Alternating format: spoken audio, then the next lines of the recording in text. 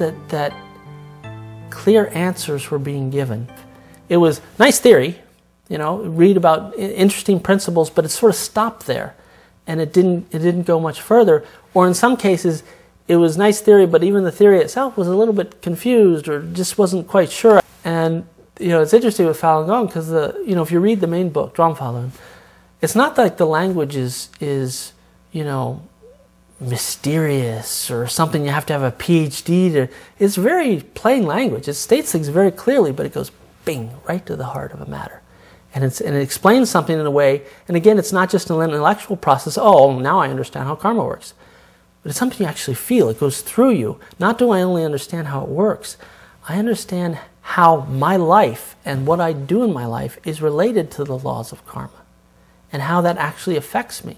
It's a very profound process, which is interesting because, again, the language of the book is not terribly complicated or mystical, but it's a very profound process.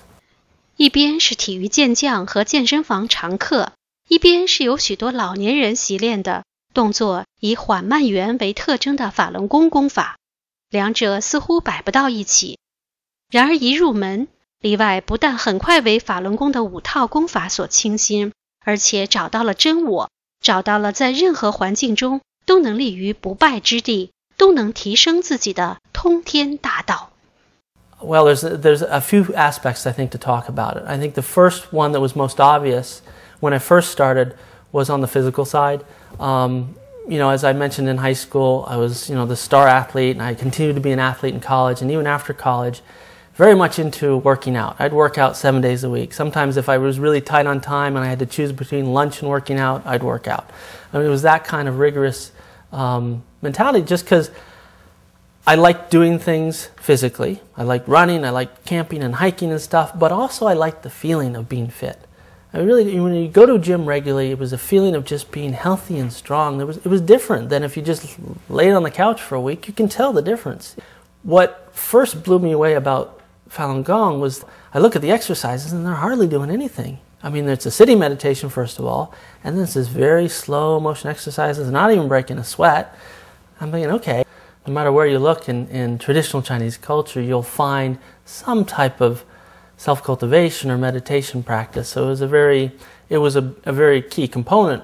I could see the more profound aspects of it, and I really wanted to try that, but I didn't think it was going to help a lot with physical things. And I was just blown away because after doing those slow motion exercises, you know, that feeling I talked about when you're working out regularly and you're really strong and really fit was far greater with the Falun Gong exercises than it was, you know, working out an hour or two in the gym every day. But really, that's not why I came into it. As I got more into Falun Gong, what I realized is it does something which I didn't realize I was looking for until I had found it. It let me be the person I'd always want to be. Which sounds sort of simple, but it's sort of, let me break that down a little bit. What I mean by that is that, you know, you go through life and everybody has what we call, we're all sort of human, right? So we all have human characteristics. Sometimes we get jealous, and sometimes we get upset when we don't want to. Sometimes, you know, things bother us when we don't want them to, but we just can't help it. It's sort of, we think we resign ourselves to the fact that it's human nature. And we're stuck in that to some extent. And what I found with Falun Gong is it explained the principles of life and karma and how these things work so clearly, and also just invigorated my energy and my clarity of mind so much that I could break through those things. I was no longer held back by jealousy in a certain situation, or, you know, being angry with a certain situation, losing my cool, or not being compassionate in a certain situation where I just sort of discard people. It's like, ugh, get away from me. That was restraining me, and I could feel it. And what Falun Gong allowed me to do is actually break right through those barriers. And that was sort of a feeling I'd never experienced before. You know, it's really profound. It sounds like a simple concept, but it's tremendously profound in terms of being able to grow as a person and what you can do, not only for yourself, but for other people. 可怜天下父母心，让我们来听听布罗迪是如何描述自己的2个孩子的。My boys, which I'm glad they're boys. I grew up with all sisters, so I'm glad I have boys. No offense to those of you out there who have daughters, but my boys are 4 years old and 6 years old. So the oldest is in first grade, and the youngest is still in preschool, about to go into kindergarten. They're wonderful. The older one is sort of a very thoughtful child. He reads a lot, which is totally opposite of me. I was kind of a crazy young kid.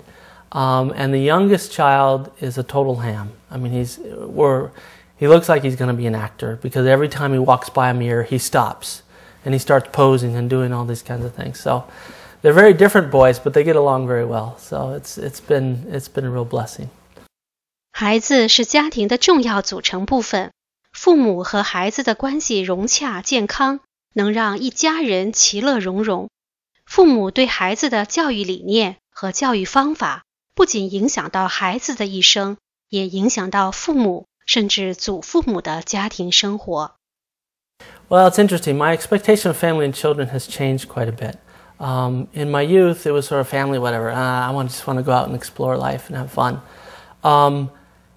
I think as part of an influence of traditional Chinese culture, Falun Gong, these kinds of things, I've seen the wisdom and the real value and the real joy, actually, in some more traditional approaches to family.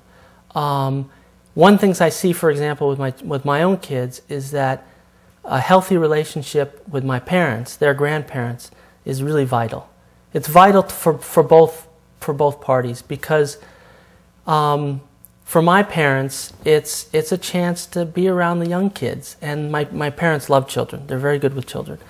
And for the children, it's a chance to be around people who are older and wiser than myself, and get to learn from that, and they get a new dynamic from those people. So this is something that's been very important to me, to try and bring my parents and my children together as often as possible through the year. I've been leaning on my parents actually to move out to here, but they won't.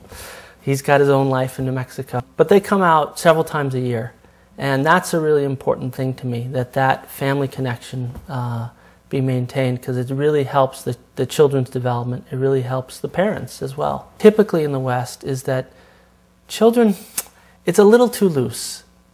Children, for whatever reason, are given just carte blanche to sort of do whatever they want, and people are very concerned about, they don't want to harm them emotionally and everything, and they just they become the center of the universe. And I think this creates problems. When you're anybody, you're growing up thinking you're the center of the universe and you can do whatever you want. I don't think it's healthy it's not about control or anything. I don't think it's actually healthy for the children. So I was concerned about this when we first had our children. And then I'd go back to Taiwan, and I actually talked with my wife, who was raised in Taiwan, and I saw sort of at the other end of the spectrum that's also gone to a bit of an extreme, where there it's very regulated. You're basically not allowed to think a whole lot for yourself, and it's a punishment-based upbringing, really. And I felt that's not healthy either. So my take on raising the children is that it's important for them to have the encouragement that I had, to go out and learn, to be excited about the learning process and explore different things. But it's also important to know that they're not the center of the universe. They're not even the center of the whole family. They're a part of it. And that's really important.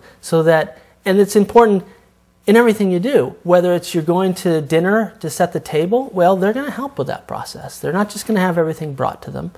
But at the same time, at the dinner table, we're going to listen to them just like we listen to everybody else. We're not just going to say you have to sit there silently while the adults talk. It's really important that they feel that they are part of something.